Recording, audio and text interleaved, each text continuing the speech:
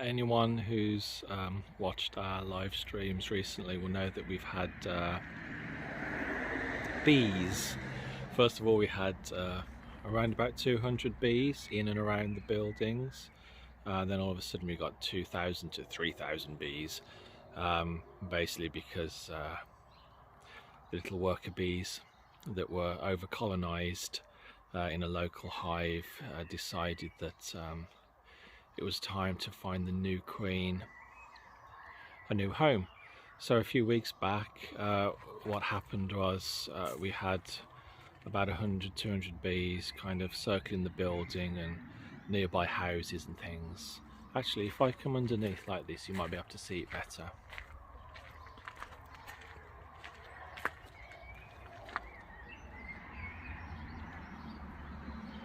Little bees coming and going. It might show up, it might not actually. It might not be showing up. Well, they're actually quite orderly now. But when they were looking for a new home, they were quite frantic. They were sort of territorial and a little bit aggressive, pushing people out of the area. But now they're just doing their thing, and I'll show you why they're doing their thing. Because they've decided that this is a good place for their queen to be. They've brought their queen, and she came in a massive swarm, like larger than a basketball. Was like just like a black swarm, and then a cloud of bees trailing behind, literally flying over the cars and people. And she came here. The swarm was obviously going around the queen. They keep her at a certain temperature and they protect her. And then we had 2,000-3,000 bees just set up residence.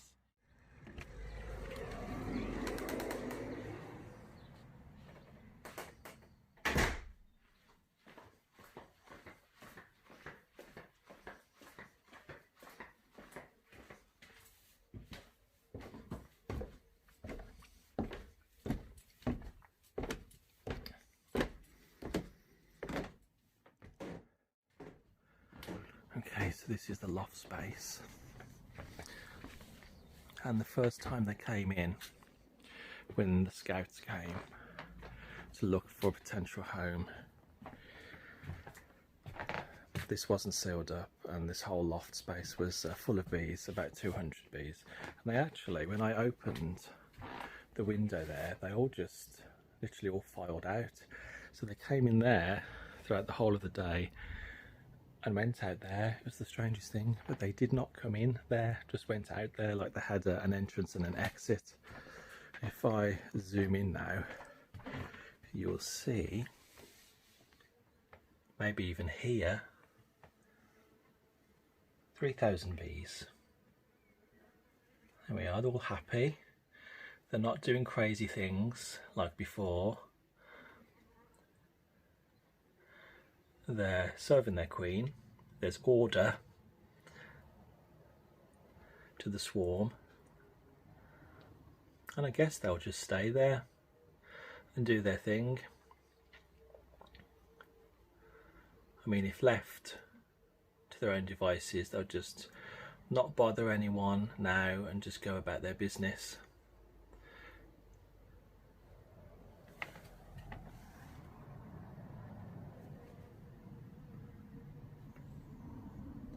Wow, it's quite fascinating really, how it all works.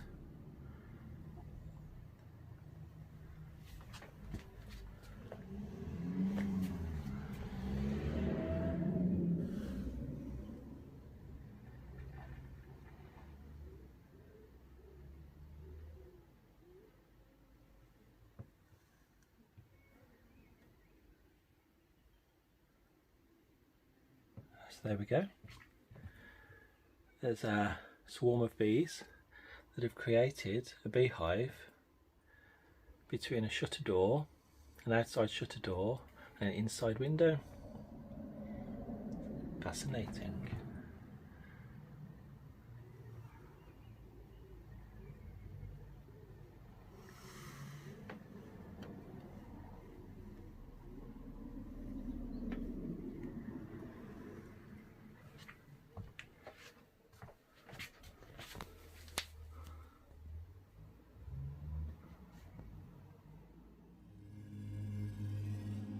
Okay, so that was the rather exciting, frightening adventure that we had with bees. Now, the place that they chose to settle, like most places where they choose to make their home in a house or in a barn, it's not ideal. Often they choose somewhere where an expert in the field, like a swarm collector, that's a very experienced beekeeper, can look at where they've settled and they can kind of gauge whether or not the queen is actually going to be happy.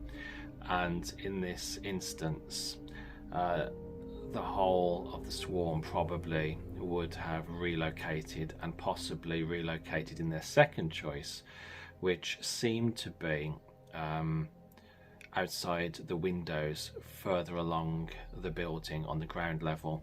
And if they did resettle there, there would be quite a problem, because they would be behind the cavity walls, able to get into all the units that are adjoining our barns, and generally sort of causing trouble for people, because as much as nature is wonderful and it's beautiful to have nature around you, you can get a little bit too close to certain kinds of nature. You don't want thousands of bees buzzing around your head when you're trying to work.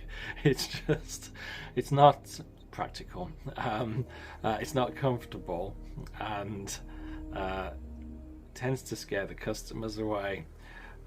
So yes, the very high up beekeeper assessed that the queen would probably want to relocate, and then it could be impossible to get to them, and then the ending is bad then.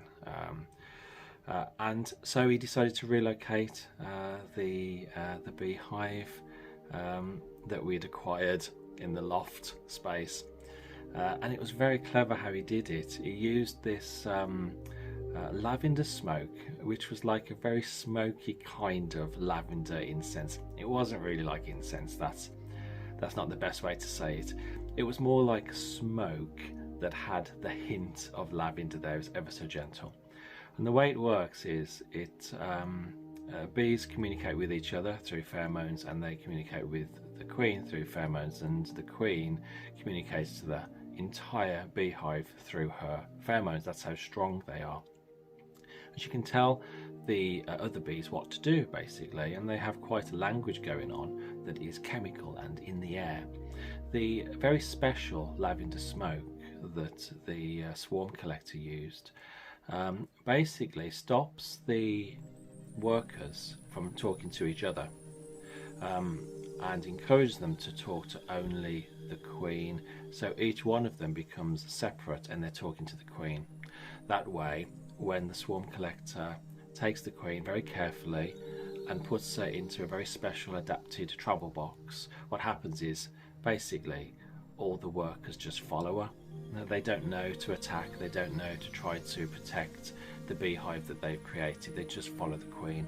And this very special lavender smoke helps the whole swarm to do this, encourages the swarm to do this, so that they don't just become aggressive and go into attack mode.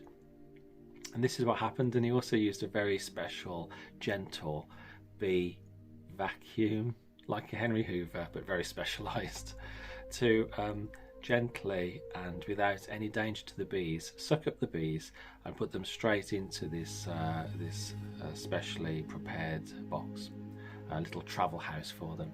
He got them all within an hour or so. He kept going back up to the location outside of the window, because the ones that were out there scouting and looking and foraging kept coming back and kept sort of like grouping around the pheromones of the queen but the queen wasn't there anymore. So he'd go back up and he'd collect them, and I'm not kidding, he pretty much got all of them. There was only one or two stray bees after he'd gone. It was incredible. He took the lot, and he's constructed a beehive especially for them, and they've been relocated in his hives in a beautiful meadow far away from civilization, and they're going to live out a very happy life. So it's a happy end to the story. And Keith, the beehive collector, the guy that relocates these bees, the swarm collector, has got just an absolute wealth of knowledge on this subject, and it was incredible to watch him work. It was brilliant. So thanks, Keith, for taking the hive to a place where the bees can just do their thing unaffected and live out their lives in a happy way, busying around. Brilliant, brilliant. Well, what an experience. We're beeless today. This is the day after. I half expected to look up to the loft space and just see swarms of bees, but there's no one there. They've all gone. They've all moved house and they're all happy. So I've been told. So that's good. Okay, so thank you for watching, and I'll see you really, really soon. Bye for now.